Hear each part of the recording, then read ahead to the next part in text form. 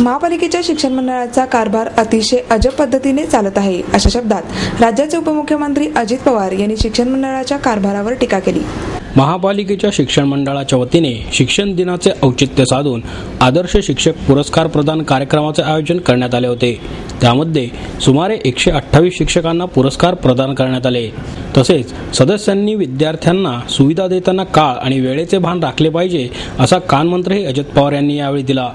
कार्यक्रमास माजी महापौर वैशाली बनकर, आमदार बापू पठारे, जयदेव गायकवाड, कैलास कोदरे, शहराध्यक्षा आणि खासदार वंदना चव्हाण, स्थायी समितीचे अध्यक्ष विशाल तांबे, शिक्षण मंडळाचे अध्यक्ष प्रदीप धुमाळ, उपाध्यक्ष नरेंद्र व्यवहारे आणि इतर सदस्य नगरसेवक उपस्थित होते। पवार म्हणाले, सध्याचे युग अतिशय धावपळीचे आहे, तसेच शिक्षण क्षेत्रात सुद्धा जलद गतीने बदल होत आहेत। ही बाब लक्षात घेऊन शिक्षकांनी काळानुसार बदलणे गरजेचे आहे। शिक्षकांना फूल आणि पुस्तके भेट देण्याऐवजी त्यांना लॅपटॉप देण्याची गरज आहे, नाहीतर आमदार आणि खासदारांना शासन लॅपटॉप देत आहे, त्याचा वापर या पदाधिकाऱ्यांकडून होत नाही, अशी बोचरी टीकाही त्यांनी केली। तसेच शिक्षकांनी दर्जेदार शिक्षण देण्याबाबत विचार केला तर विद्यार्थी नक्कीच प्रगती करतील। मात्र केंद्र शासनाने 8वी पर्यंतच्या विद्यार्थ्यांना परीक्षा घेण्यास मनाई केल्यामुळे त्याचा परिणाम विद्यार्थ्यांच्या प्रगतीवर होणार आहे। 10वीत हा विद्यार्थी नक्की कशी परीक्षा देणार, हाच मुद्दा लक्षात घेण्यासारखा आहे। सध्याचे दिवस गुणवत्तेचे आहेत, त्यामुळे वशिला लावून कितीही पुढे जाण्याचा प्रयत्न केला तरी शेवटी दर्जाच कायम टिकतो। शिक्षकांनी हायफाय बनण्यापेक्षा वायफाय बनणे जास्त महत्त्वाचे, असेही त्यांनी सांगितले। तसेच शिक्षकांनी विवेक आणि विज्ञानवादी होऊन विद्यार्थी घडवण्याचे काम करावे, असा सल्लाही त्यांनी यावेळी दिला। तुम्हाला एकंदरीत काम करत असताना काही अडीअडचणी येत असतील, जरूर तुम्ही हक्काने ज्या अडीअडचणी आम्ही लोकांनी सोडवल्याच पाहिजे या आमच्या लक्षामध्ये आणून द्या। आम्ही महानगरपालिकेला सूचना करू, आम्ही त्या ठिकाणी अधिकाऱ्यांना सूचना करू आणि ज्याच्याबद्दल राज्य सरकारच्या स्तरावर बसून धोरण ज्यावेळेस आम्ही ठरवत असतो, त्याच्यामध्ये एक तर धोरण केंद्र सरकारने ते मला अजिबात मान्य नाही की 8वी पर्यंत परीक्षाच घ्यायच्या। त्या पोरालाही कळत नाही आपण नक्की काय, त्या शिक्षकांनाही माहिती नसतं, पालकांनाही कळत नाही।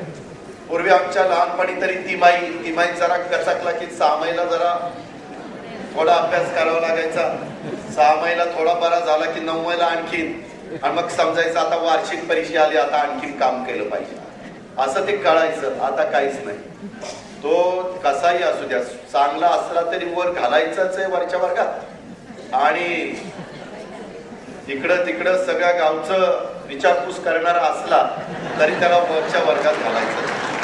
त्यामुळे काय होईल, 10वीच्या निकालावर त्याचा फार परिणाम होईल।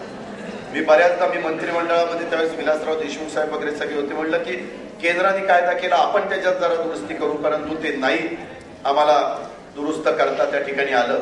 पण पालकांच्याही मनामध्ये, अलीकडे आई वडील दोघेही आपल्या आपल्या कामात असतात, नोकरीला असतात, व्यवसायामध्ये असतात।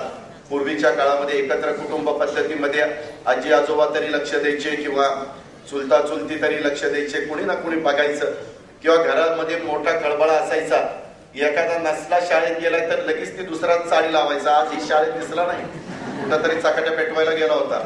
आता ते असतातच बिचारी दोन, त्याच्यामुळे ते कोण कुणाचं सांगणार, त्याचं याला माहिती नसतं, ह्याचं त्याला माहिती नसतं। ते आई वडील संध्याकाळी येतात, त्यांनाही वाटतं पोरगं जाऊन शाळेत शिकून बिकून आलंय, पण नक्की काय शिकलंय हे त्या मुलालाच माहिती असतं आणि त्या शिक्षकांना माहिती असतं। असे काही वेगवेगळ्या प्रकारचे प्रश्न निर्माण झालेले, पण शेवटी आपल्याला काळाच्या बरोबर जावंच लागणार आहे, ते टाळून तुम्हाला मला चालणार नाही।